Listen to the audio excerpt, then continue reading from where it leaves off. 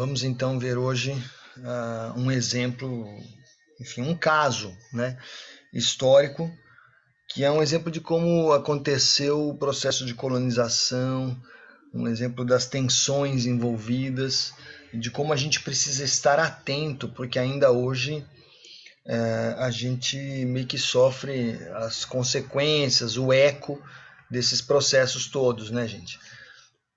Eu quero lembrar mais uma vez, como toda semana, todo encontro nosso, que todos têm total liberdade para interromper e fazer comentários, né? Vocês podem utilizar para isso o chat, para quem está aqui ao vivo, né?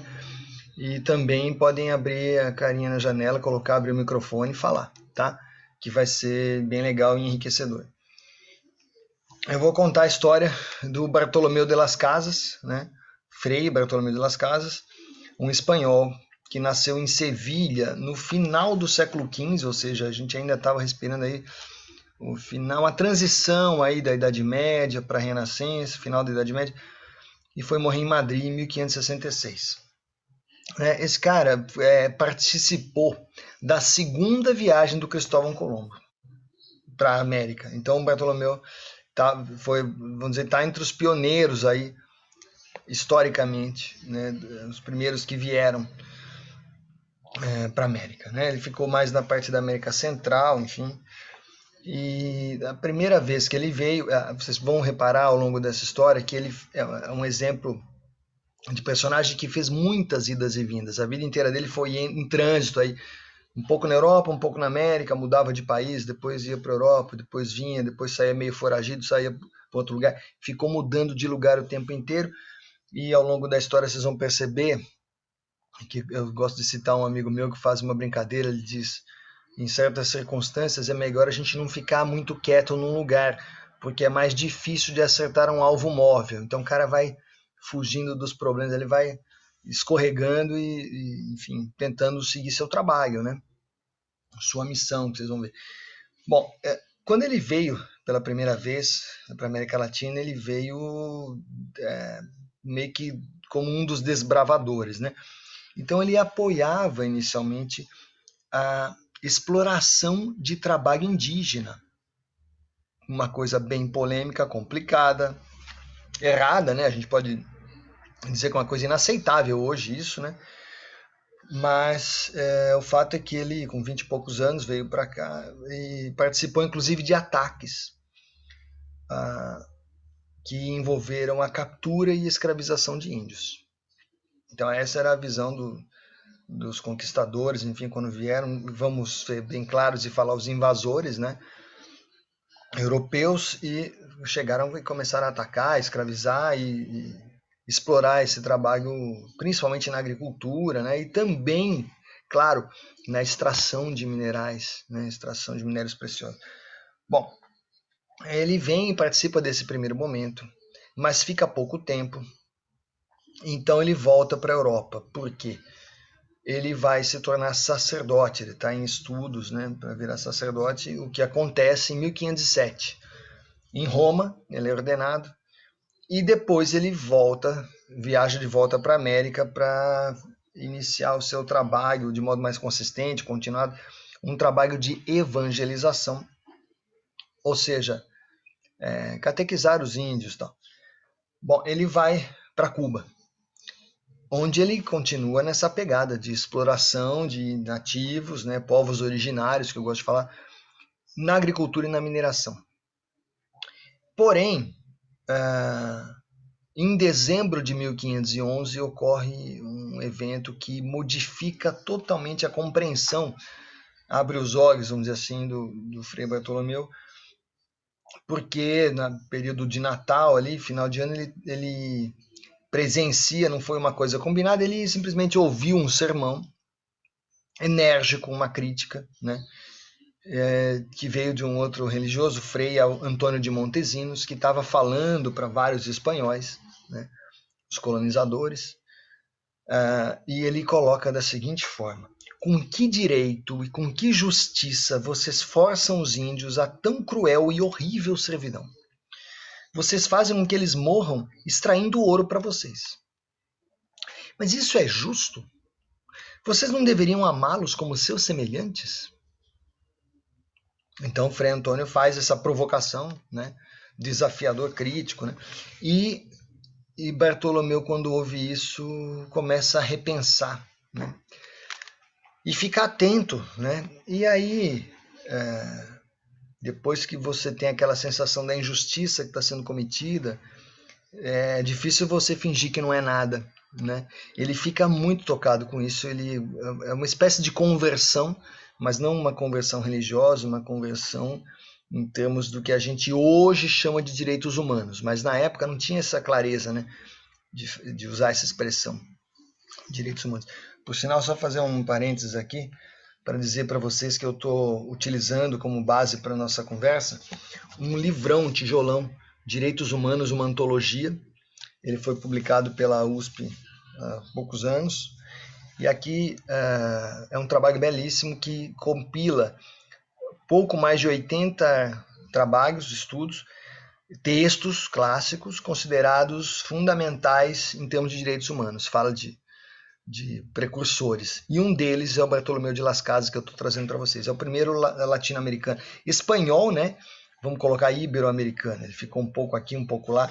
Eu achei que era relevante esse caso. Então ele tem esse momento de tomada de consciência, vamos dizer assim. E a partir deste sermão que ele escuta, Bartolomeu muda radicalmente de atitude. Ele começa a denunciar as injustiças cometidas, ele percebe, né? Foi um processo muito violento, principalmente nessas terras onde os espanhóis aportarem, começaram a colonização. E aí ele começa a denunciar e inicia uma campanha em defesa dos índios, dos direitos dos índios. Por isso que é um precursor dos direitos humanos. Bom, ele faz isso, é uma pessoa de cultura, com uma formação sólida, tal. O que ele começa a fazer? Ele vai escrevendo, ele escreve, né? Ele faz as pregações, os debates, mas ele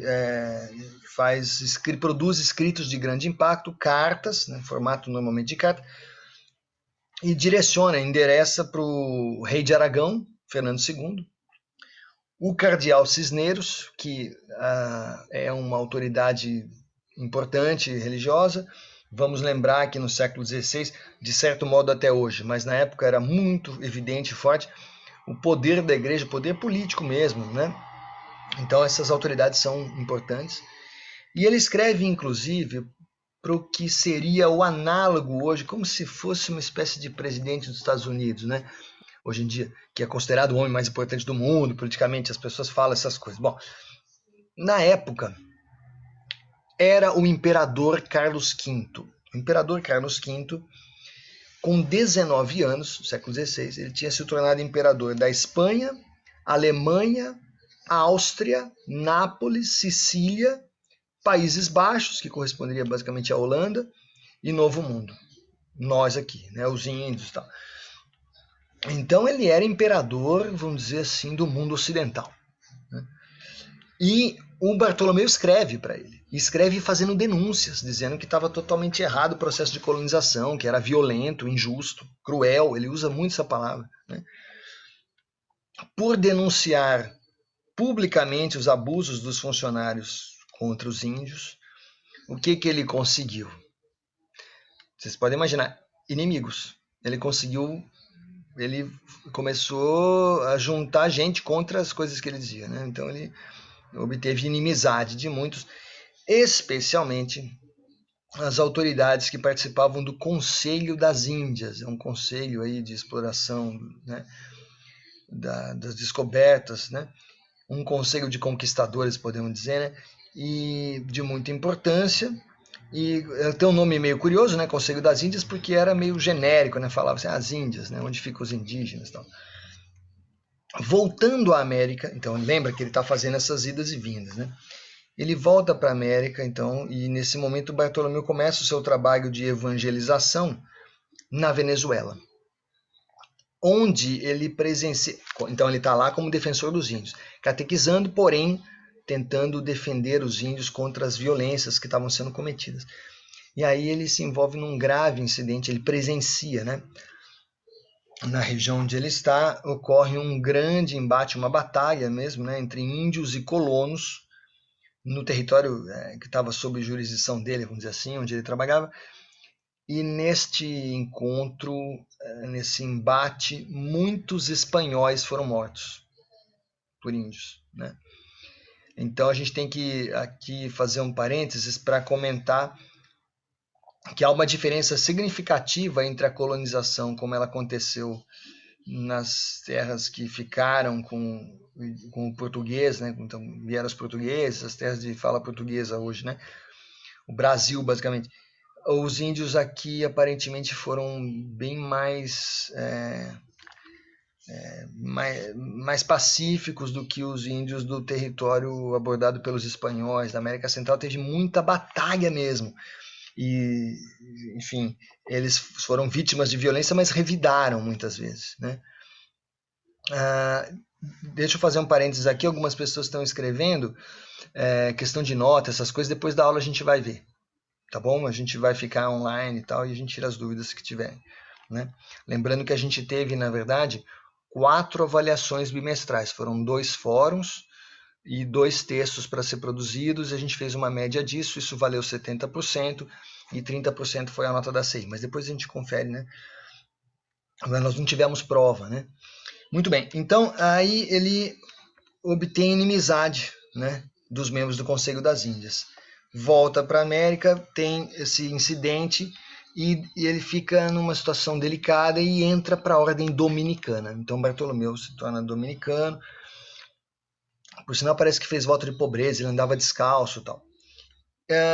E nesse momento ele começa a defender o seguinte ponto, que é polêmico, vou colocar aqui para vocês, mas vamos pensar no contexto da época, no contexto de violência, o que era isso. Ele argumenta o seguinte: se vocês querem explorar trabalho escravo, se vocês não conseguem dar conta de fazer as coisas com o próprio braço, vocês que tragam os escravos. Porque está errado você pegar uma tribo, enfim, uma comunidade, uma população que passou a vida inteira aqui, que tem uma história, enfim, que cuidou sempre da terra, e de repente querer que eles virem seus escravos. Então não é possível, né? Antiético. Então ele defende. E aí, mas é polêmico, né? Ele fala: se precisar, tragam mouros. Lembrem-se de que a Espanha ficou séculos sob invasão árabe, então tem uma rixa muito forte entre o espanhol e o que eles chamam de mouros, infiéis, enfim. Então, se precisar, traga escravos mouros. E admite, inclusive, a possibilidade de africanos, porém não aceita de modo algum a escravidão dos índios, entre aspas, donos da terra, enfim. Então ele afirma que as guerras contra os índios eram injustas. Enfrenta a oposição. Nesse ponto, ele começa a enfrentar uma oposição que é uma soma.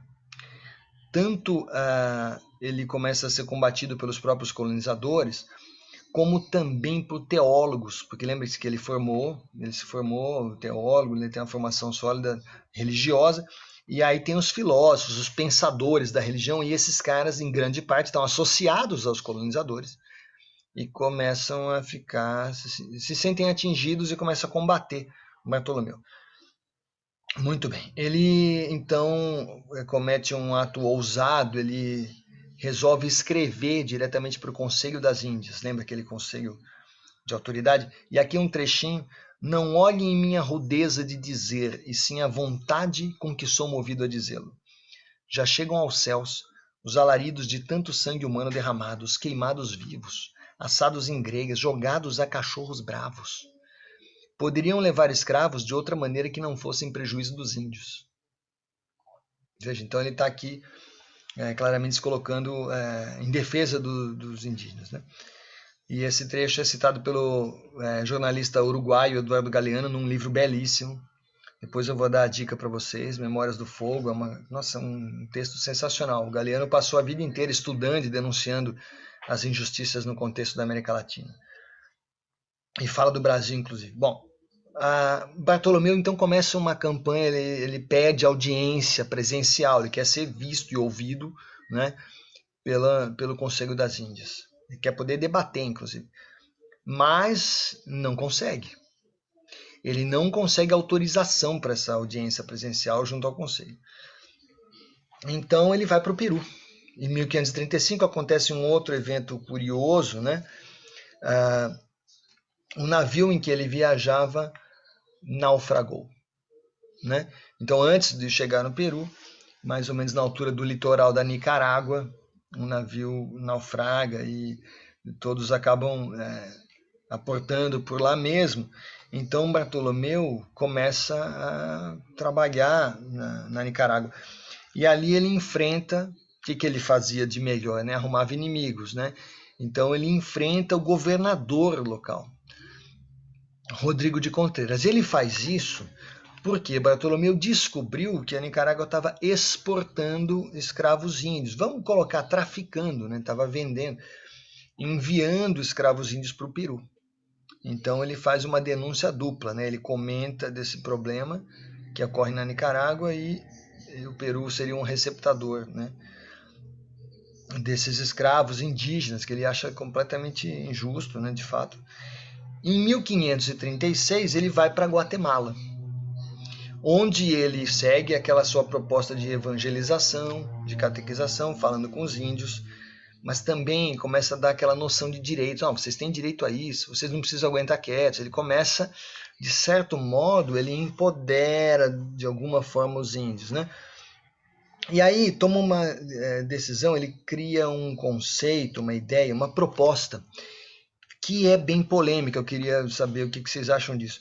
Ele defende um imposto. Ele fala assim, não, vamos mudar as coisas aqui, é muito ataque, muita violência, então vamos fazer diferente. A gente vai criar um imposto, uma taxa, como se fosse um pedágio, né, para que os índios paguem para os colonos essa taxa, e com isso eles ficam livres de agressão.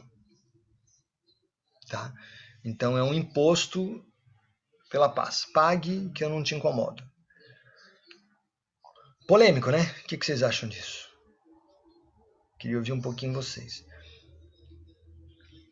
Eu vou dizer que esse tipo de iniciativa me lembra um pouco certas coisas de que a gente ouve falar de vez em quando na atualidade, né? No Brasil Sim, não as tem isso? milícias, né? Exatamente. O comportamento dos conquistadores é uma coisa meio na base da milícia mesmo, né? Tem semelhança, né? Então é uma chantagem oficializada, né? Agora, e é curioso, porque, vamos dizer, o nosso personagem da semana aqui, que é o Bartolomeu, eu estou aqui trazendo como um exemplo de precursor de direitos humanos, como é que um cara que tem esse status, né, hoje, não na época ele era visto como um traidor da pátria, tá? Mas ele propõe isso, que é algo bem estranho, né? Até porque, se a gente parar para pensar, né, quem é que estava aqui? Se fosse para ter dono da terra, quem seria o dono? Seriam os índios, né? Imagina, então, desde sempre por aí. E de repente eles terem que pagar para os invasores é bem estranho. Bom, a questão é, no contexto da época, a gente pode interpretar, entender isso no sentido de que é o famoso o que tem para hoje, é o que é possível no momento. Então Bartolomeu ele presencia embates sangrentos, né? Ele vê muita gente morrer dos dois lados, inclusive, mas mais índios, né? Os índios estavam sendo vitimados, claro, a diferença do poderio bélico, né? Então ele pensa no tributo como uma forma de acalmar os espanhóis, sabe? A proposta inicial era acalmar os colonizadores. Calma, e a gente pede para eles passarem aí, mas como que eles vão pagar? Nem dinheiro tinha. Não, enfim, a gente vai extrair, vai pedir pedras, minérios, enfim, material, as riquezas daqui, e a gente cria aí uma taxa, um tributo, mas aí não tem violência, sem violência, nada de atacar os índios e tal. Então é uma tentativa de conciliação. Primeira iniciativa nesse sentido, porque o pessoal estava vindo para cá e vinha para pegar, tomar as coisas à força mesmo que se dane, né? Bom, com essa proposta, Bartolomeu volta para a Espanha e segue nos embates na Europa, inclusive viaja, né, na Europa também. 2 anos depois, ou seja, somente em 1542, se vocês fizerem as contas, ele já estava 10 anos pedindo audiência no Conselho das Índias. Finalmente ele consegue. É agendada uma audiência do Bartolomeu, então ele vai, presencialmente vai lá falar, expor os argumentos dele. E quem está nesse evento? O imperador Carlos V. Então esse é um momento crucial em que Bartolomeu tem a chance de impressionar o imperador. De fato, os relatos dão conta de que Carlos V ficou realmente tocado pela fala do Bartolomeu, que era uma pessoa que era um depoimento testemunhal, ele estava falando o que ele estava vendo acontecer, né? E a partir deste evento, então 1542, tem um período aí de quase 10 anos em que Carlos V começa a produzir novas leis, né, promulgar novas leis que começam timidamente a reconhecer direitos dos índios. Tá? Por isso que a gente está trazendo essa história. É o início aí, se dá por conta dessa fala do Bartolomeu, e o Carlos V promulga as leis novas, publica as leis novas. Várias coisas aconteceram, mas em tom geral, linhas gerais, o que aconteceu? Com essas leis, ele começa a restringir a escravidão dos índios. Quer dizer, não vale tudo mais. Começa a ter mais regras, isso. E, naturalmente, quem estava por aqui explorando os índios não gostou, queria continuar explorando sem regra nenhuma, né?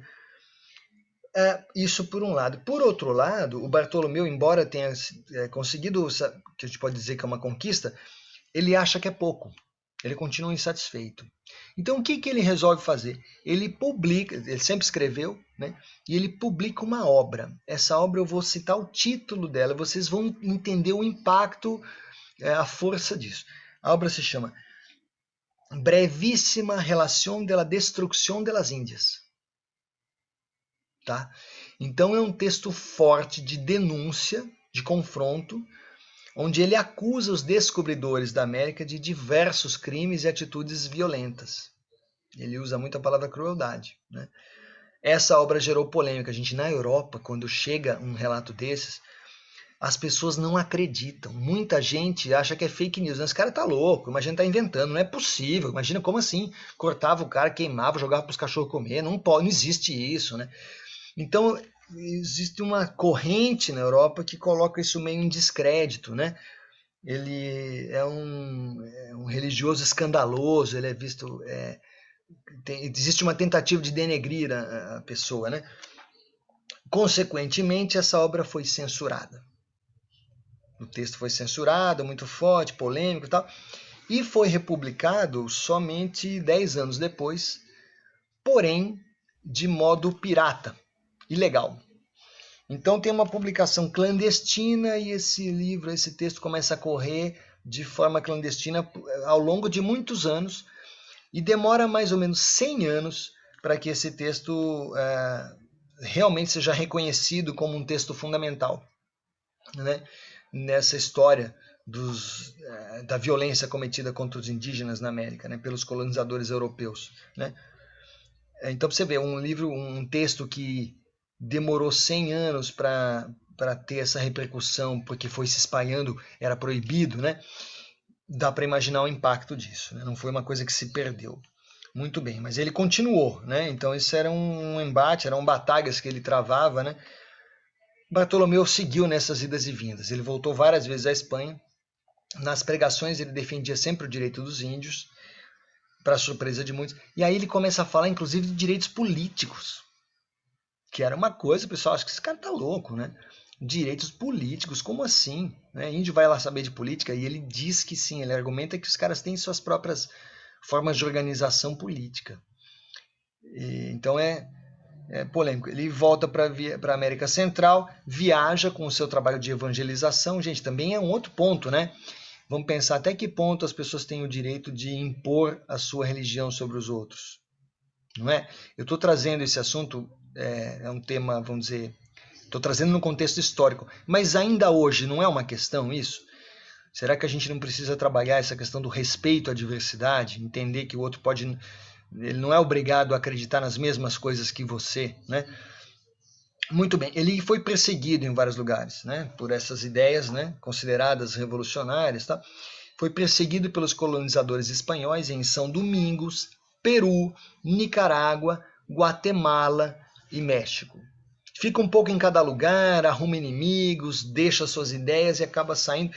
No México foi particularmente impactante a sua passagem pelo México, ficou alguns anos lá, tornou-se bispo em 1543, tornou-se bispo em Chiapas, no México, e aí ele incentivando, em contato com o imperador Carlos V, lembram-se disso, né, que estava impressionado, o imperador segue nas leis novas, e uma dessas leis cai como uma bomba, né, para os conquistadores, diz assim: os filhos dos conquistadores, os filhos dos colonizadores, não têm mais direito de herdar os escravos vindos dos seus pais.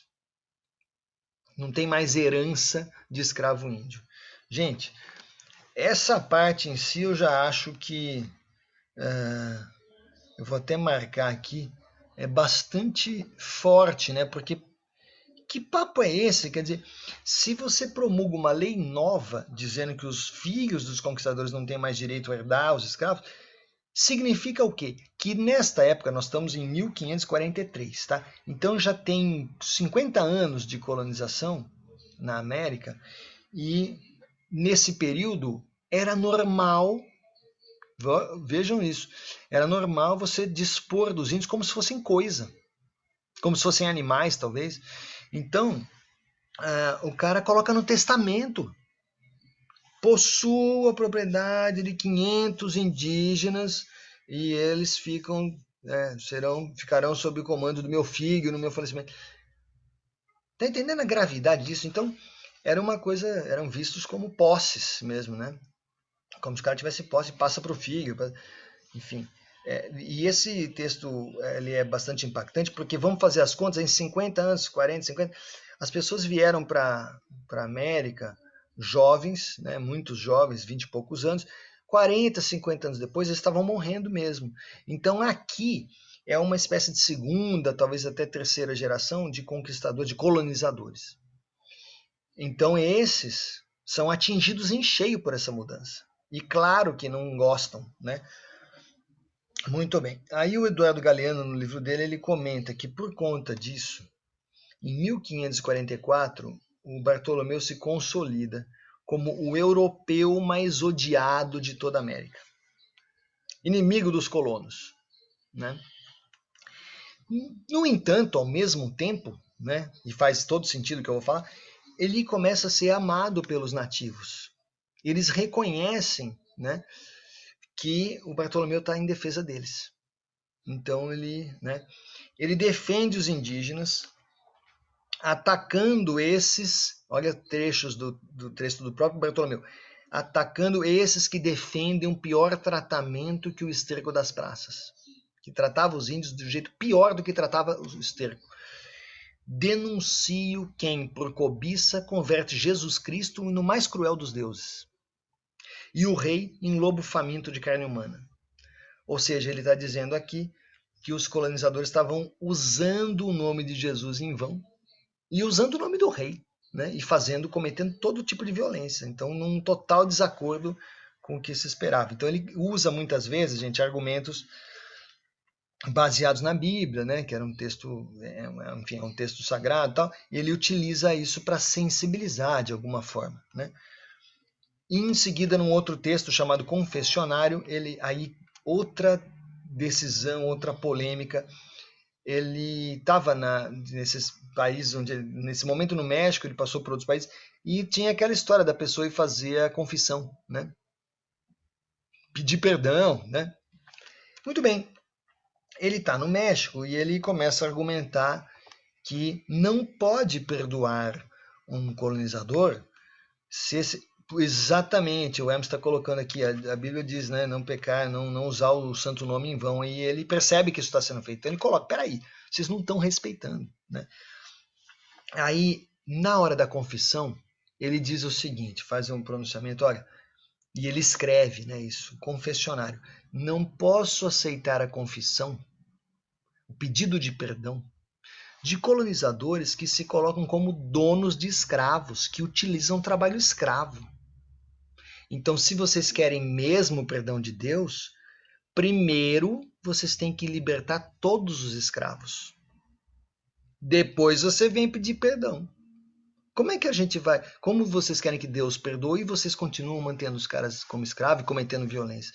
Faz todo sentido esse argumento do Bartolomeu, mas é claro que foi uma polêmica também, uma bomba, ninguém queria seguir isso, ninguém acreditou. Esse cara tá pensando o quê, né?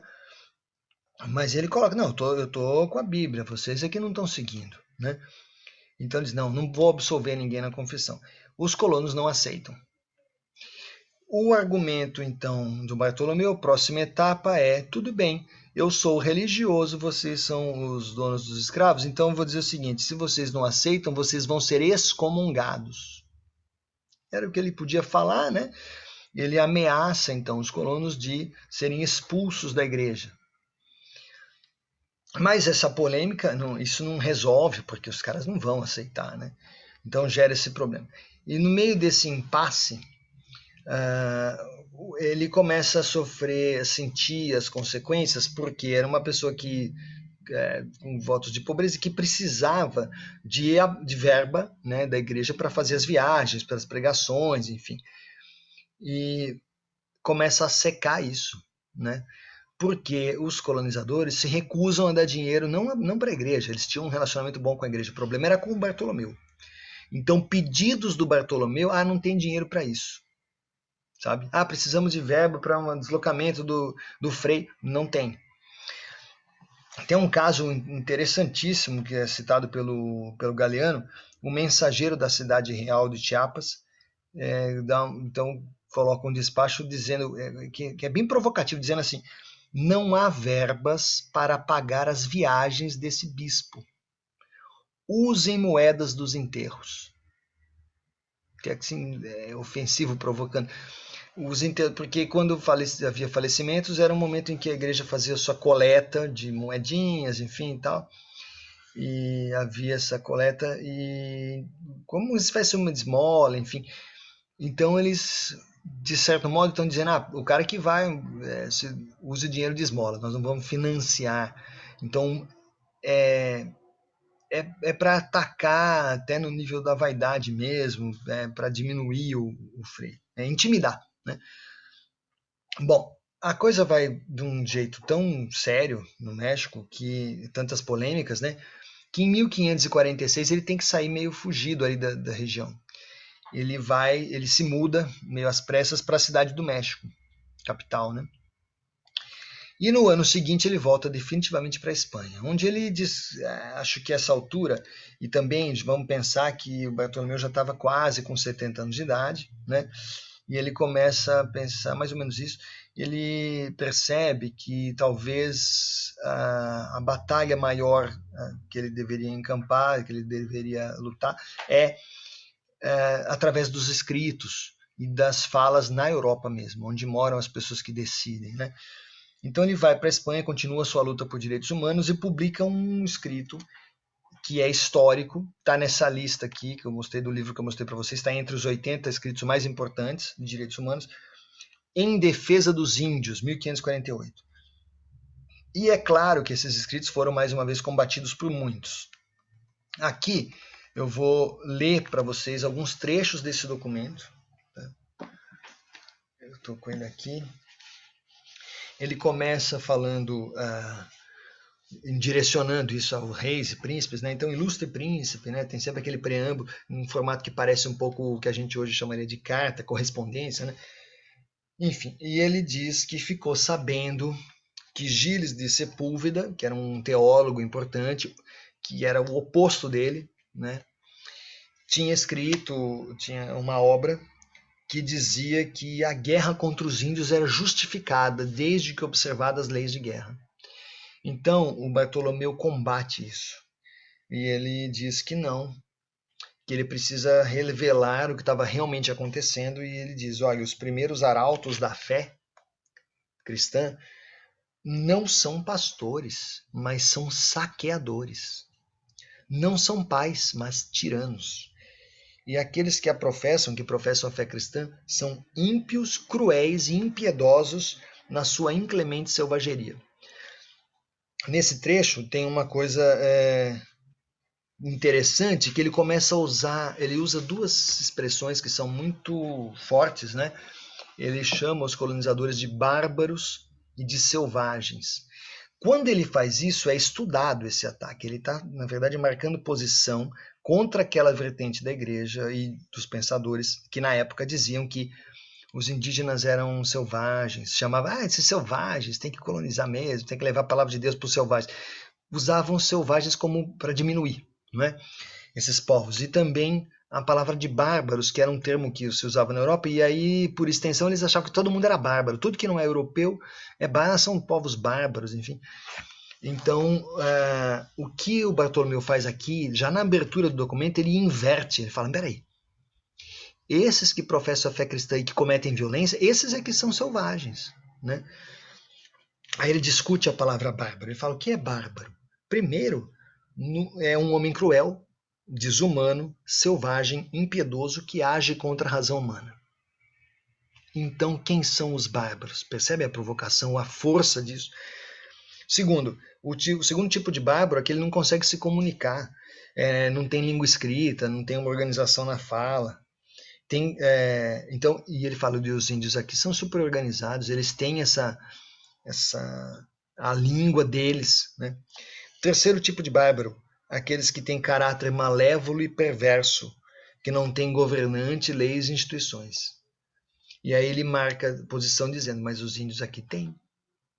Eles não são bárbaros nesse sentido, eles têm suas leis, têm seus governantes, né? Então ele marca assim de modo forte a valorização dos índios, né, enquanto comunidade, enquanto população. Outro ponto que eu acho interessante, porque ele usa até de certo modo de uma certa noção estatística, ele fala assim que há inúmeros indígenas, né, nessa região, e se a gente for acreditar que essa porção da humanidade, se crermos que essa imensa porção da humanidade é bárbara, seguir-se-ia que o plano de Deus fracassou. Como que pode Deus fazer o mundo e deixar um monte de bárbaro aqui amontoado? Não. Com tantos milhares de homens privados da luz natural. E nesse sentido, haveria uma grande redução na perfeição do universo, o que é inadmissível e impensável para um cristão. Então ele coloca que esse pensamento dos filósofos, dos teólogos, estava em desacordo com a própria noção de Deus, de criação divina, né? Ele fala várias vezes do filósofo. Quando esses escritores falam do filósofo, eles se referem a Aristóteles, considerado o grande filósofo da antiguidade, né? Então fala, somos ordenados pela lei divina a amar o próximo como a nós mesmos. Mas aquele que deseja que grande parte da humanidade seja de tal modo que se possa agir como um carrasco feroz contra eles, forçá-los à escravidão, é um senhor despótico, não é um cristão. É um filho de Satã e não de Deus. É um saqueador e não um pastor. É uma pessoa que é guiada pelo espírito do demônio e não pelo céu. Aqueles que agem pela espada, fogo, massacres, trapaça, violência, tirania, crueldade, desumanidade, esses são filhos do demônio, são os mais horríveis saqueadores de todos. Imaginem isso, gente, o impacto disso na Europa. É extremamente chocante que alguém a quem Cristo procura quando perdido, né, seja atormentado, rejeitado, desprezado por vós, né? Ele fala, segundo a Bíblia, deve-se ensinar o ignorante, não torturá-lo. E diz mais, mostramos que entre os nossos índios, ele coloca, existem importantes reinos. Eles possuem leis, religião e costumes próprios. Portanto, não são ignorantes, não são desumanos nem bestiais. Cultivam a amizade. Sim, ele está falando porque ele fez amizade com os indígenas, né? São tão habilidosos na arte mecânica que com todo direito deveriam ser postos à frente de todas as nações do mundo conhecido nesse aspecto. Tão belas são em qualidade técnica e artística as coisas que esse povo produz na graça de sua arquitetura. Veja, ele chega a falar de uma arquitetura, né, que dos povos da América Central, que realmente é um destaque, uma coisa importante, né? E eles tinham uma tradição, né, nisso, não estavam assim, não eram de hipótese alguma, não eram primitivos, bárbaros, nada disso. Eles tinham um conhecimento, né, inclusive técnico, percebe? Bom, escrevem, então tem artes liberais, gramática, lógica, tem todo tipo de música, encantam os ouvidos das plateias com suavidade maravilhosa. E aí ele vai para um outro ponto onde ele diz assim: é errado uma nação atacar qualquer outra sob o pretexto de ser superior. Como é que a gente vai dizer que é superior diante de uma grandeza dessa na cultura indígena? E dentro disso ele diz: toda nação tem o direito de defender-se contra uma nação que pretende conquistá-la. E pode punir legitimamente, até com a morte, um agressor que seja selvagem e cruel contra a natureza. Então, ele está colocando, de certo modo, nas entrelinhas tem até uma preocupação ambiental aqui, porque os conquistadores chegam e vão derrubando árvore, enfim, vão quebrando tudo, o que é uma tremenda violência contra os índios que vivem em harmonia com a natureza, e a visão ocidental é de subjugar a natureza, de vencer a natureza. Então tem isso, ele fala, os índios têm direito a reagir. É uma defesa deles, né? E aí ele comenta que é muito comum na região as pessoas se referirem aos povos antigos como exemplo de sabedoria, e que um povo muito mencionado é o povo romano, que, né, todo mundo fala não, que o povo romano teria promulgado leis para todas as outras nações a fim de dominá-las, que era um povo louvado por sua reputação e sabedoria política. Porém, o Bartolomeu fala, esse exemplo está errado. Porque os romanos foram governados por vícios hediondos, práticas detestáveis também. Não são exemplo para ninguém.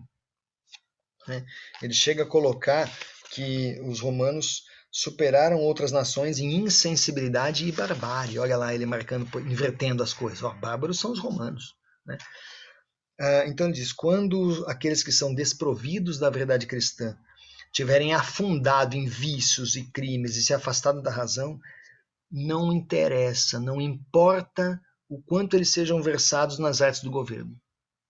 Não adianta vir dizer que é bom legislador, que é bom governante. Não. São verdadeiros bárbaros. Quer dizer, uma coisa não pode apagar a outra. Né? Muito bem. Aí cita São Paulo, né? E fala o seguinte, os infiéis, porque o argumento do Sepúlveda, dos inimigos do Bartolomeu, mas esses índios são infiéis, não acreditam em Deus. Tá? Ele fala, os infiéis não são súditos. Justamente por isso eles não podem ser obrigados, né? Os infiéis que estão inteiramente fora da igreja não podem estar sujeitos à igreja. É um contrassenso. Então, se a igreja tem normas, essas normas têm que ser seguidas por quem acredita nas crenças que a igreja prega, né? O índio ele não sabe, nem sabe disso, ele tem seus próprios deuses, enfim. Então, não faz sentido querer sujeitá-los a essas normas da igreja. Se você pensa pelo exemplo contrário, imagine se os índios quisessem convencer uma pessoa de que tem que fazer aquelas cerimônias religiosas, tal, às vezes até eventualmente com sacrifícios, tal, seria estranho também, né? Muito bem. Então ele desenvolve esse argumento, né? E coloca, por último, finalizando esse documento, ele fala sobre os judeus e os sarracenos, né? Os árabes, né? Fala, tem crenças diferentes e hoje vivem em paz, e a igreja não está financiando guerra contra eles. Então seria um contrassenso justamente contra os indígenas da América, que são mais simples, que têm menos poder de defesa. Não faria sentido nenhum. Com esses você vai guerrear e com os outros não? Ele fala, um argumento que vale para o maior também tem que valer para o menor, como já dizia o filósofo, ou seja, Aristóteles. Né? E termina assim esse documento. Né? Bom, consequências disso. Por 3 anos, houve uma série de debates promovidos pela igreja entre o Bartolomeu, meio sozinho, vamos dizer assim, né?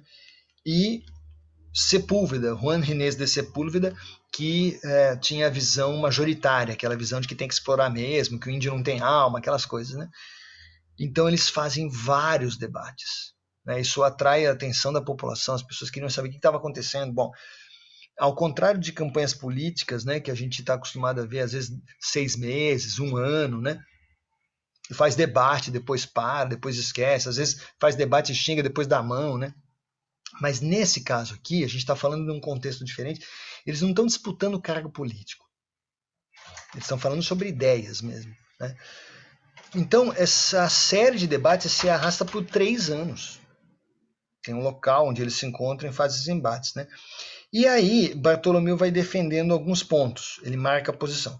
Primeiro ponto, se todos os homens são criados à imagem e semelhança de Deus, a escravidão deve ser abolida. Não faz sentido nenhum uma pessoa que é filha de Deus escravizar outra que é filha de Deus também. Se são todos semelhantes, né? Não pode ter escravo. Segundo, e aqui começa um problema para ele, para o Bartolomeu, porque ele, de certo modo, ele enfrenta até o imperador, né? O imperador não pode ser dono das propriedades dos indivíduos, ele somente pode ser governante. Ele não é dono dos indígenas, ele é governante. Então, as nações indígenas devem ter autonomia, submetendo-se ao Império Espanhol apenas pelo pagamento de tributos. Então, ele volta de novo com aquela ideia, mas a gente entende o contexto, né? Talvez entenda um pouco melhor, que de fato ele defende a autonomia e aquilo era uma forma de tentar garantir uma convivência pacífica. Bom, segue o Bartolomeu dizendo que os indígenas não são bárbaros e selvagens. E dizendo isso, ele combatia a tese do Sepúlveda, né? Que dizia, inclusive, que tinha diferentes tipos de bárbaros entre os indígenas. Tal, e o Bartolomeu fala o contrário, né? Outra, pecados contra a natureza e infidelidade a Deus, esses eram argumentos utilizados pelos conquistadores, né? Não são causas para a guerra contra os índios. Infidelidade é o que a gente comentou agora há pouco, ele coloca na carta, não, isso não é a razão. Bartolomeu, com isso, ele defende, compreende as manifestações culturais indígenas, ele respeita a diversidade religiosa. Nesse sentido, 500 anos depois, a gente está aqui discutindo isso e pensando como a gente ainda precisa refletir sobre isso, né? Em determinadas circunstâncias existe uma certa pressão, a religiosidade tem sido usada às vezes como forma de disputa, uma coisa um pouco estranha, né? E ele coloca que se vocês querem mudar a religiosidade indígena, vocês têm que trabalhar na base da persuasão ao longo do tempo e nunca pela força, nunca obriguem. Não é assim que se convence alguém. Por último, ele diz que se os conquistadores usassem violência, isso tornaria justa, ele sabia que já estavam fazendo isso tornaria justa a reação violenta dos índios. Então, não é o famoso não disse que eu não avisei. Ó, tô falando, vocês estão provocando, os caras vão reagir. Ele coloca isso. Bom, gente, depois de 3 anos de debate, Sepúlveda é considerado vitorioso. O Bartolomeu é declarado, vamos dizer, derrotado nessa disputa de ideias. E as obras do Bartolomeu, em consequência, começa a desgraça dele, porque as obras são todas censuradas e proibidas pela igreja. Não pode ler, é considerado perigoso, escritos perigosos, né? Bom, o Bartolomeu nessa época já estava velhinho, né? E ele segue produzindo suas cartas, seus textos, e em 1566, cerca de 90 anos de idade ele tinha, ele passa por cima do rei da Espanha e do Conselho das Índias e resolve apelar para a última autoridade mais alta de todas, né? Vamos pensar no contexto da época, o Papa. Então ele vai direto para o Papa, ele não teve sucesso, né? Entre os bispos, nem entre os reis, nem com o imperador, então ele vai direto para o Papa e pede que ordene o cessar-fogo definitivo, o cessar imediato das guerras contra os índios. E um argumento forte dele é preciso dar fim aos saques que utilizam a cruz como álibi. Porque tem esse aspecto, né? O que revolta o Bartolomeu é ver que as pessoas utilizam nas suas vestimentas, enfim, os símbolos cristãos e cometem atrocidades que não são nada cristãs, né? Então ele denuncia isso. E ele morre nessa época, no meio dessa discussão, desse embate, né? Ele morreu em Madrid aos 92 anos de idade, 17 de julho de 1566. Como vocês podem imaginar, era muito raro uma pessoa viver tanto tempo, né? As condições de higiene eram complicadas, né? Não tinha tanto tratamento de saúde, enfim, era tudo mais difícil. Mas a defesa dos índios deu sentido à vida de Bartolomeu, deu forças para ele. Ele seguiu na base do que ele entendeu como sua missão mesmo, que era a defesa do direito desses povos, né? Até o último instante, né? Bom, então, esse era o relato que eu queria trazer. Eu acho que ele, como a gente até estabeleceu em alguns momentos, comentou, tem pontos de contato com coisas atuais. Eu estou aqui do meu lado, tem um livro aqui do Gessé Souza, sociólogo, que fala do Brasil e coloca que o Brasil ainda hoje sofre muito com o impacto da sua história de escravidão, né? A gente tem coisas que são ecos de período de escravidão. Esse negócio, inclusive, também da pessoa um se achar dono do outro. Tanta coisa errada que acontece por conta desse negócio da posse. Aí eu sou dono, eu mando em você, sabe essas coisas? Sabe com quem está falando? Então, esse argumento imbecil, essa falta de argumento, né? Quando a pessoa diz, você sabe com quem está falando? É um idiota, né? A pessoa não tem argumento e usa essa coisa do poder pelo poder, né? Ah, eu sou isso, sou aquilo, o outro cara, eu sou, sei lá, que não quis pagar a multa, não quis uma coisa. Então, são pessoas que querem se colocar acima dos outros, né? É um problema que Bartolomeu denuncia há 500 anos, e é um problema, enfim, que a gente ainda tem hoje, né? Então eu achei que era interessante trazer isso. Aqui são as referências, né? O Galeano, Memórias do Fogo, volume 1, que é a parte de nascimentos, é o começo da colonização americana. E o outro é esse livro da USP de Antologia de Direitos Humanos, belíssimo. Também eu consultei para dados de datas específicas a Wikipédia, né? Então a gente tem esse relato que queria trazer para vocês. Quero saber se vocês têm algum comentário a fazer, né? Embora seja mais do lado espanhol, vamos dizer assim, mas ele é relevante para a história da América Latina e a gente, enfim,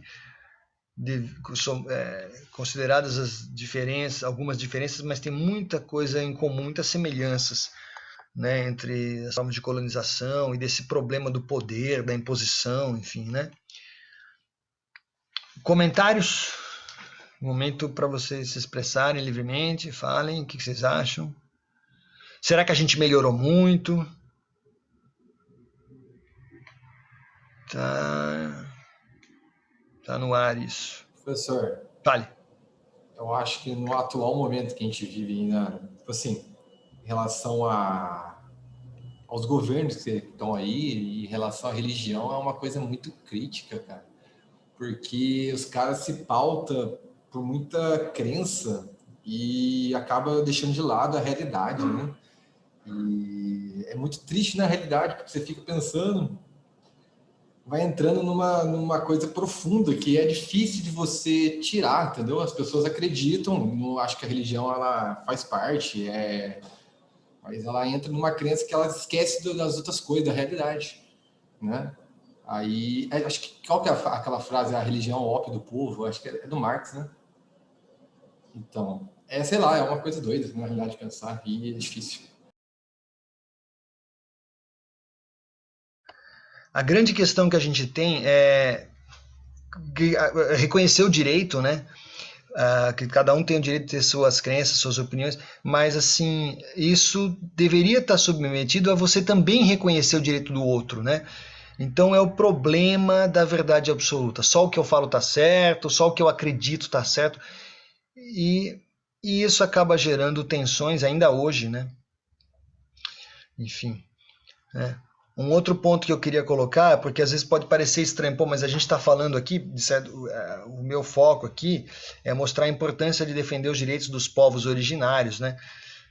Pô, mas eu trouxe uma história de um espanhol, quer dizer, um cara que não era um indígena, mas eu acho que é interessante mostrar que é possível, né? Como diz Bertolt Brecht, em alguns casos ele fala isso para provocar, eles criaram um traidor, criaram uma pessoa que era para ser dominador, para ser opressor, e ele se conscientizou, percebeu que estava errado aquilo e juntou-se ao outro lado. Então ele começou a trabalhar na defesa, na pacificação, do jeito que ele tinha, do jeito que ele sabia que ele conseguiu, né?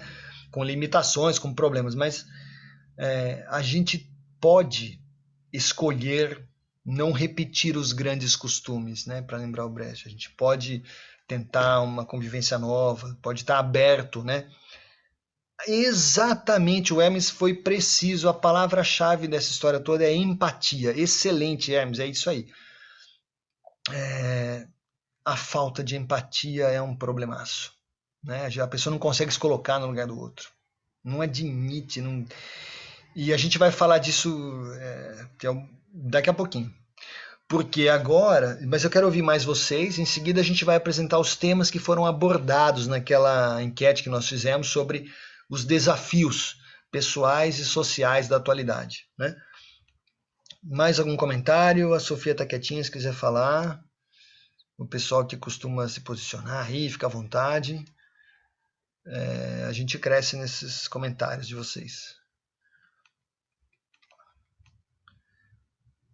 Tá? E, bom, tudo bem. Senão a gente vai para a parte dos temas, né, abordados por vocês.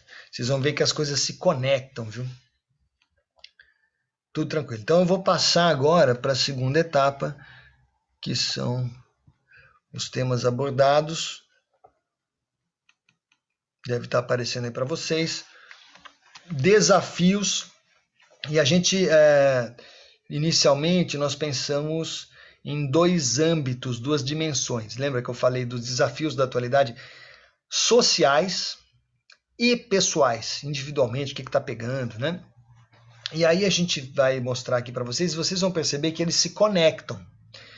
Na parte dos desafios sociais, e aqui eu estou dando um resumo das 9 engenharias, eu falei com todas as turmas e fui anotando, né?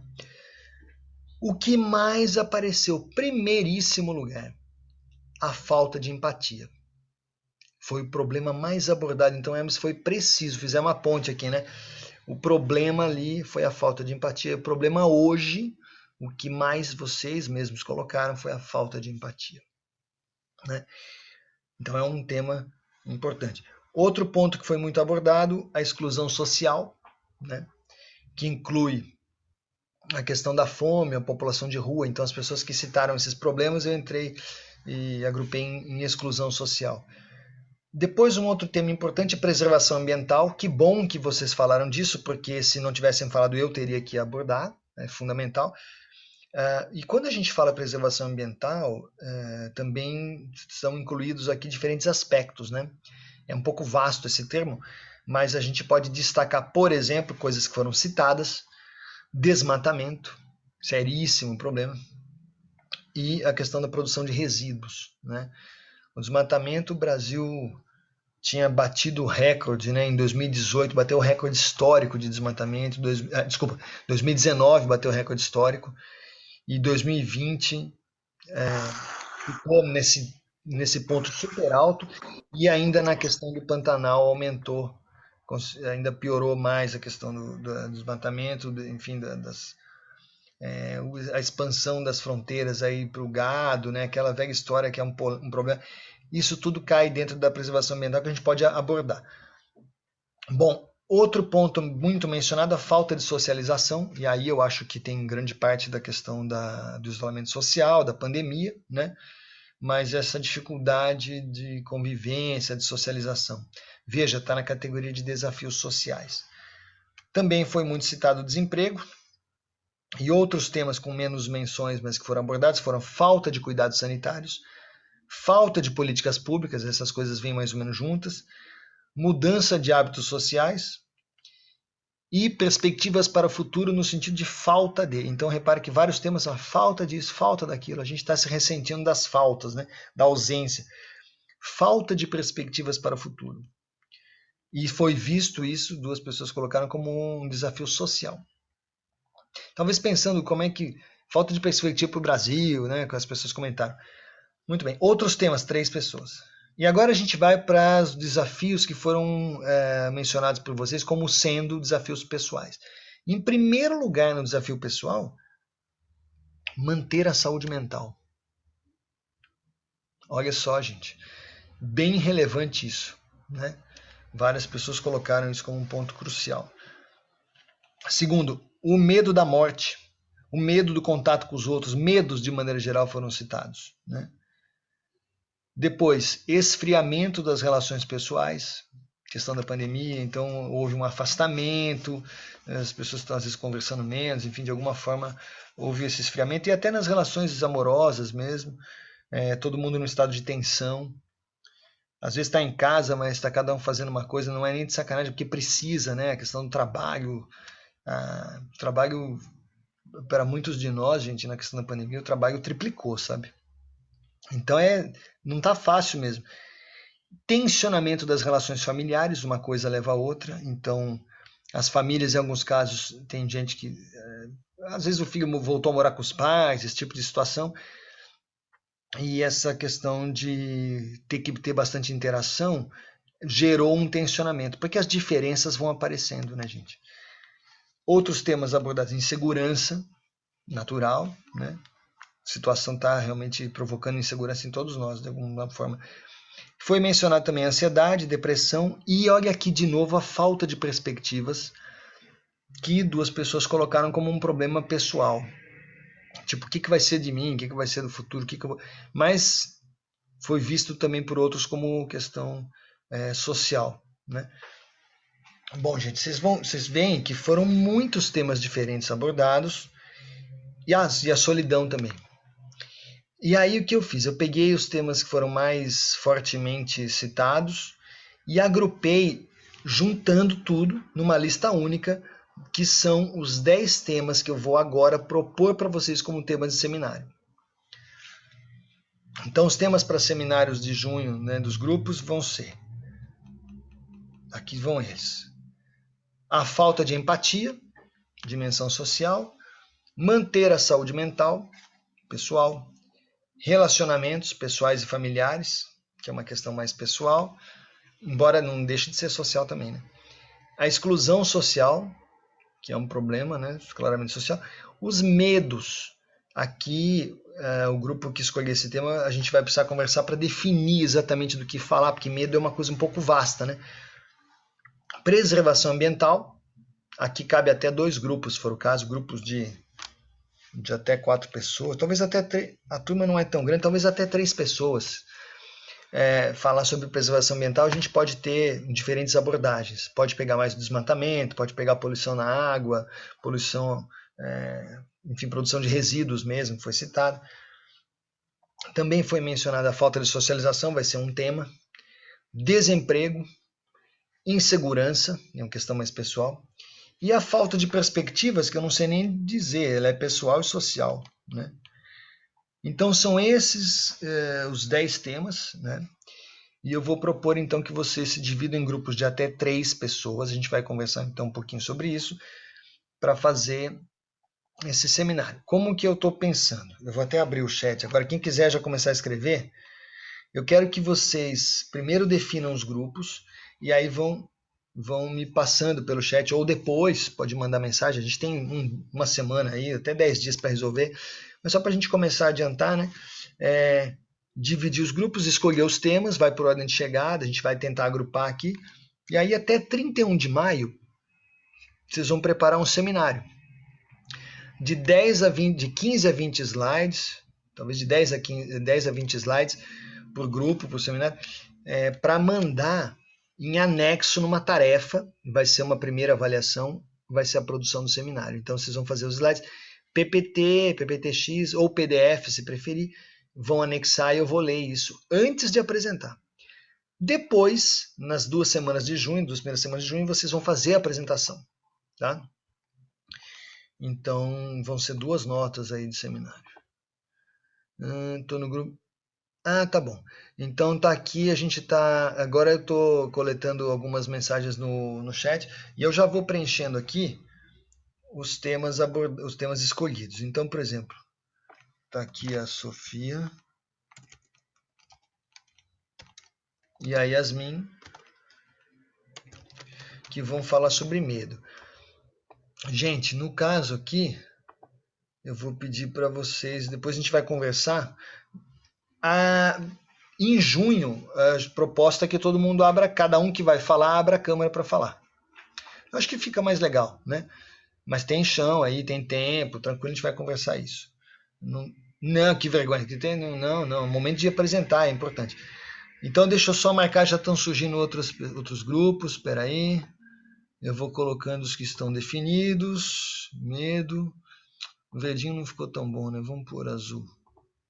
Tá. Depois, desemprego. Paulo Maciel, Felipe Vale, Guilherme Vale. Então, desemprego. Felipe Vale, Guilherme. Opa. Que aí a gente já vai definindo, isso é ótimo. Vale e Paulo Maciel. Já está definido isso aqui também. desemprego. Então vem aqui. Acho que vou pôr amarelo mesmo, que fica mais fácil de ler, gente. O outro que falou, Lara, Rebouças e Vitória, Preservação Ambiental.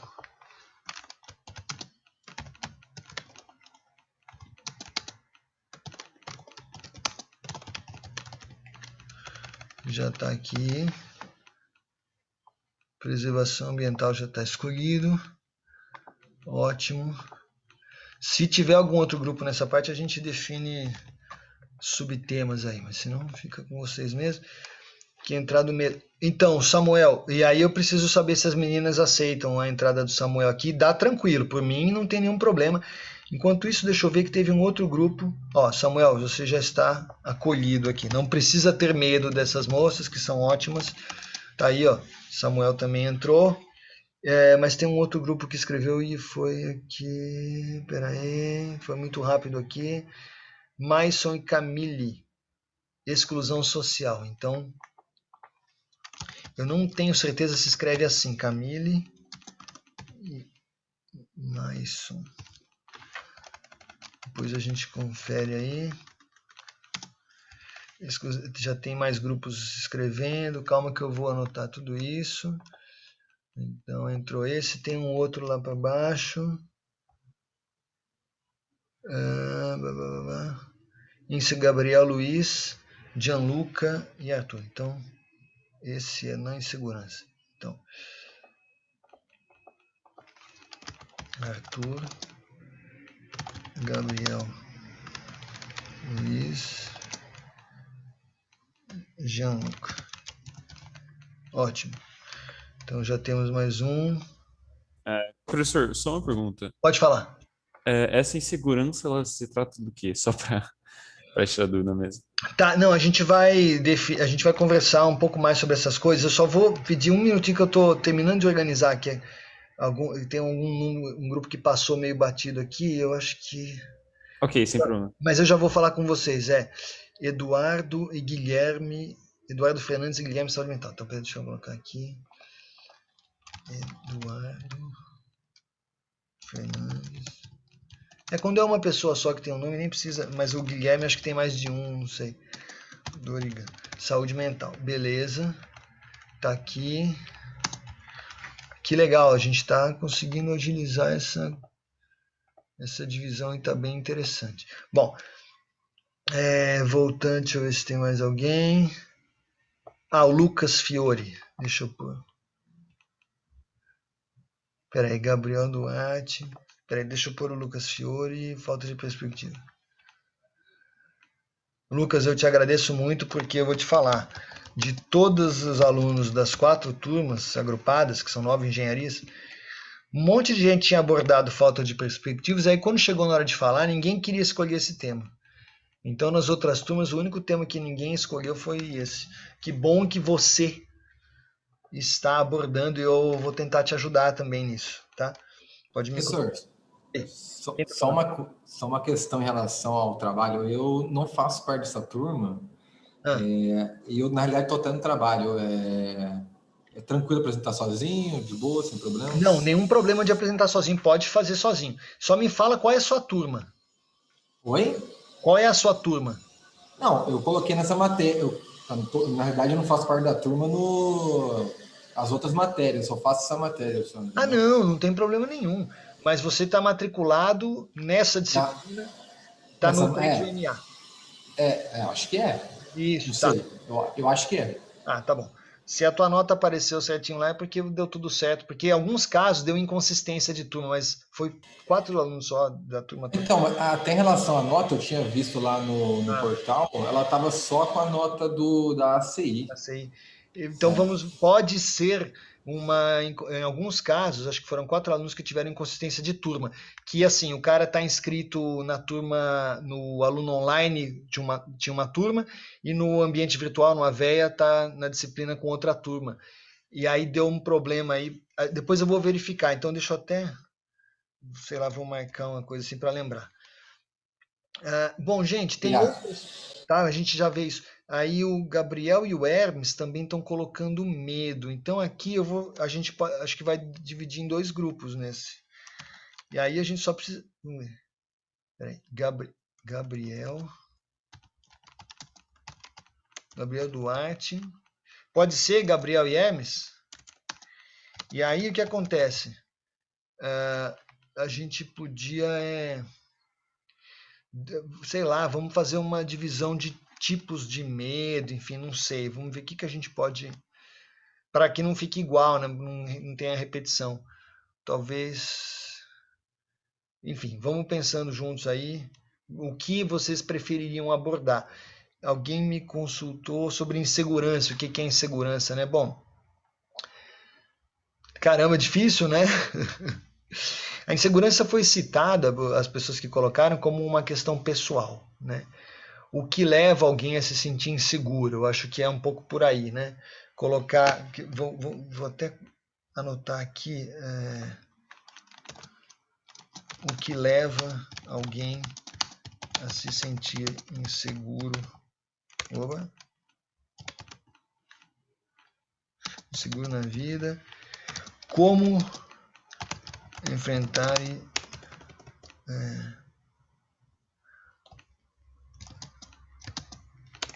esse problema. É um pouco nessa pegada, sabe? Identificar fatores causais, o que gera isso, e como a gente pode, de alguma forma, combater, o que a gente faz para não ficar paralisado nesse assunto. O Gabriel comentou de ficar no grupo da Yasmin. Gabriel, então, peraí. Então, Gabriel entraria aqui. Gabriel Duarte, Samuel, Sofia. Então, e aí tem a questão do Hermes. Olha, o que dá para a gente fazer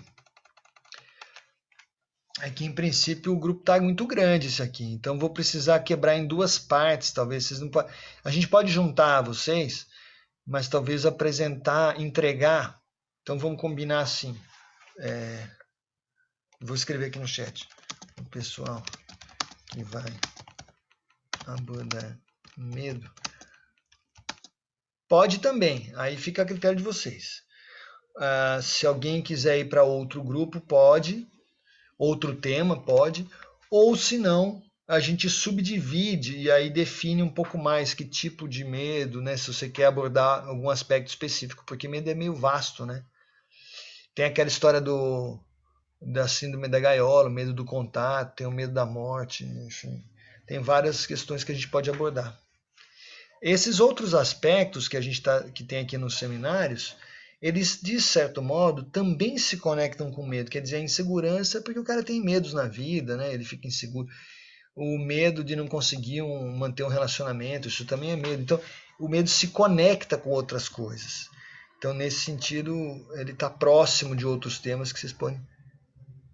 Ah, tá. Olha que legal aqui. O Eduardo está dando uma dica, né, gente? A saúde mental também é um tema que tá só com 2 alunos e que pode ser abordado, né? Eu acho que é uma boa, né? Talvez alguém migrar para o grupo de saúde mental. E também quero chamar a atenção de outra coisa. O que foi mais mencionado por todo mundo nas enquetes foi a falta de empatia. E eu estou vendo que ninguém dessa turma pegou a falta de empatia. Então, não sei, eu acho que seria interessante se alguém pegasse esse tema, mas vamos ver o que vocês acham, né?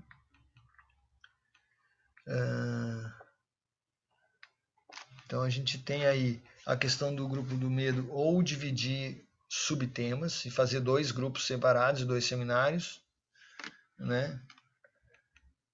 Então, aqui podem ser 2 grupos.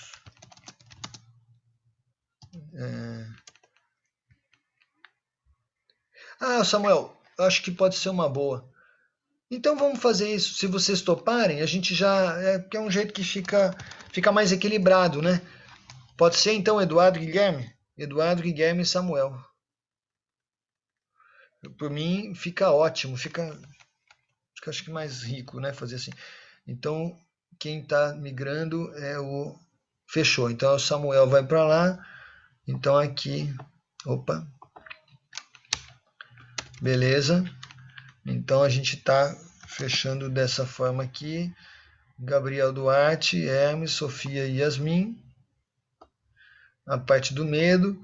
Eduardo Fernandes, Guilherme. Eduardo acho que só tem um, né? Não precisa nem do sobrenome. Eduardo, Guilherme. Opa, peraí. Dorigan é sobrenome, né? É assim? Eduardo, Guilherme, Dorigan, Samuel. Tá. Grupo de preservação, a Lara.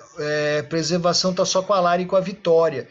É um tema super vasto, gente. Se ficarem só vocês duas, a gente vai precisar limitar um pouco, fechar um pouquinho o foco para não ficar uma coisa muito, muito vasta, né?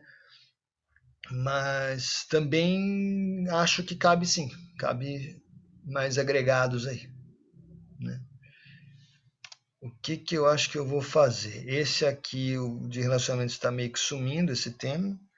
Ninguém tá afim de pegar esse vespeiro, né? Eu até posso entender. A falta de empatia que eu tô achando estranho, ninguém se interessou em abordar. Mas tudo bem. Falta de socialização. Professor, Esse aqui entra em outros temas. Fala, quem tá falando? é a Isabela. Fala, Isabela. Eu posso fazer esse de falta de empatia, só que daí eu também faria sozinha, porque eu também não sou dessa turma. Tá, Isabela com L só ou com dois? Isso, um só. Isabela, eu te agradeço, excelente. Você não é da turma assim, mas você está matriculada nessa disciplina no 3UMA, né? Só para essa disciplina. Fechou. Sim. Então estamos juntos. Eu vou fazer o seguinte, eu vou me colocar à disposição caso você precise de ajuda, porque os outros grupos estão mais pessoas. Então eu vou ficar aqui por uma questão de empatia, eu estou me colocando no seu lugar, né? Poxa, a menina está sozinha querendo fazer um trabalho, nem é da turma, então vamos dar uma força, né? Tá Eu bom, proponho a te ajudar de alguma forma, enfim, a gente vai se falando. Tá, beleza. Excelente, agradeço. Eu acho que fechamos, hein? Será que tem alguém que não... 1, 2, 3, 4... eu acho que é isso, gente. O que acontece é que pode ser que tenha uma ou duas pessoas que não vieram hoje, né? E então, o que que eu vou fazer? Eu vou salvar isso. Primeira coisa, eu vou salvar, né? Depois de tudo isso. Aí eu vou gerar um PDF, vou colocar isso lá na disciplina do AVEA nossa, essa lista do jeito que está. E com certeza alguns alunos vão me procurar, professor, não consegui grupo, não sei o que e tal. E aí eu vou ver se eles entram num dos temas que não foi abordado, ou eventualmente a gente vê quem está, grupos menores, tem a preservação ambiental, né? E a própria empatia que a gente pode abrir, né? Então, eu acho que são temas, pode agregar. Então, vou salvar e a gente vai se falando agora. A ideia é até o final de maio vocês mandarem eu vou abrir uma tarefa depois, vocês mandarem o slide e a gente vai apresentar, vai ouvir, depois em junho com debates, tal. Deixa eu só salvar aqui, alguém está escrevendo ali, já vou conversar. 3UMA. Muito bem. Quem é que está escrevendo? Opa. Tem hora que o meu chat fica enroscado aqui. Nosso do medo pode envolver a ansiedade e as consequências dele de cada... Sim, consequências do medo. Eu acho que é isso mesmo. Então,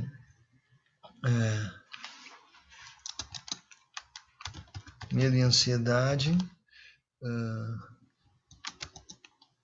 Eu acho que são duas coisas, então.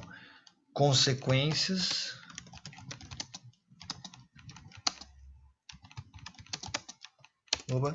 Pessoal e profissional. Como enfrentar. Nossa, eu me lembrei de um... Aliás, eu vou mostrar uma coisa para vocês, gente. Ó, não estava nem previsto isso, mas...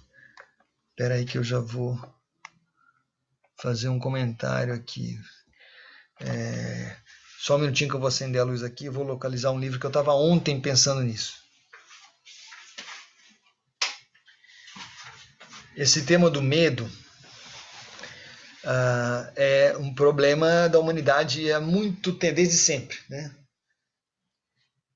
Então, deixa eu ver. Olha só o que eu achei na minha biblioteca. Não sei se eu contei para vocês, mas eu tenho um passado de envolvimento forte com história medieval, né? Com cultura medieval, porque eu fui vocalista de uma banda de música medieval, né? E eu estudava bastante essas coisas, trabalhei com versões fazia tradução, versões de poemas, né? Falava Tem vídeos na internet, inclusive, disso e tal. E aí, um dos livros que foi um super livro interessante, que eu li na época, e lindíssimo, com ilustrações maravilhosas, é esse aqui, ó, do George Duby, do ano 1000 ao ano 2000, A Sombra de Nossos Medos, né? Na pista de nossos medos. Então é um livro em que um historiador francês comenta os maiores medos do ano 1000, século XI por ali, e faz uma correlação sobre o que acontece hoje, quais são os medos que a gente tem mais fortes, né? E, ó, só para vocês terem uma noção, quais são os capítulos do livro? São considerados 5 medos milenares, né? Então, olha que interessante, moços. Ó.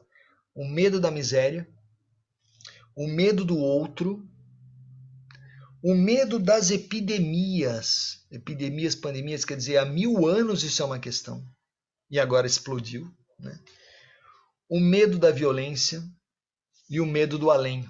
O que existe depois. Né? Mas é muito interessante. Se você perguntar os medos atuais, quais são? Das epidemias, da violência, né? Da miséria. Você percebe que a gente tem aí um histórico milenar, né? Enquanto humanidade, desse tipo de preocupação. Depois eu posso comentar como a gente marca um horário, um outro dia, talvez, para a gente falar um pouquinho sobre alguns aspectos que o livro aborda. Bem interessante. Então fica a dica aí. Gente, é isso aqui. Então o que eu tinha previsto para hoje deu certinho, a gente apresentou o texto e discutiu os temas e até definimos basicamente os grupos. Eu tenho uma questão para ver de turma, inconsistência aqui do Lucas que eu vou resolver daqui a pouquinho. Peço mais 1 minutinho ou 2. E se estiver tranquilo por vocês, eu vou encerrando aqui, né? E a gente vai se falando a qualquer momento. Vocês podem mandar a mensagem no balãozinho lá. Eu vou até amanhã, eu coloco essa listinha de temas provisória por enquanto, ainda vai ter mais um ou outro que vai se agrupar aí, e a gravação da aula também vou editar e até amanhã eu coloco, tá? Porque hoje é uma loucura, eu tenho aula até 15 para as 11. Tudo bem então, gente? Beleza? Podemos encerrar? E aí eu desejo a vocês uma ótima semana. Continuem, por favor, se cuidando, né? Opa, tá chegando mensagem ainda. Certinho, professor, até semana que vem. Obrigado pela aula. Valeu, gente. Obrigado vocês pela atenção. Lucas, se quiser ficar mais um pouquinho aí, a gente resolve aquela questão que faltou, no teu caso. Beleza. Tá? E para o restante, fiquem em paz, fiquem bem. Estou aqui, se precisar, manda uma mensagem aí. E empatia, gente, né? Vamos pensar no outro, né? Lara, semana que vem quero ver se você fala um pouquinho, ficou quietinha hoje. E bom, tudo de bom para vocês. Obrigadão, valeu, né? Ainda vou ficar por aqui. Valeu, obrigado, Gianluca, todo mundo. Fiquem em paz. Depois que restringir o tempo, pode falar com o senhor sobre o seu... Tá? Sim, Lara, tranquilo. Pode sim. Quando vocês definirem um pouquinho melhor, vocês me mandam uma mensagem. Podemos ter um tempinho na semana que vem, tipo final de aula mesmo, para trocar uma ideia também. Mas se vocês quiserem, dentro do possível, eu tento atender antes também. Me manda uma mensagem, a gente combina, claro. Tá? Estou super interessado. Esse é um tema que eu quero apoiar vocês porque é super importante. Então vamos pensando o que pega mais, Uma dica, né? Aqui a gente tem, em São José, tem um pessoal do INPE, né? E o site do INPE, enfim, já sofreu diversas alterações ao longo dos últimos 2 anos, mas tem muitas coisas têm sido feitas e faladas, divulgadas por gente do INPE, gente séria, né?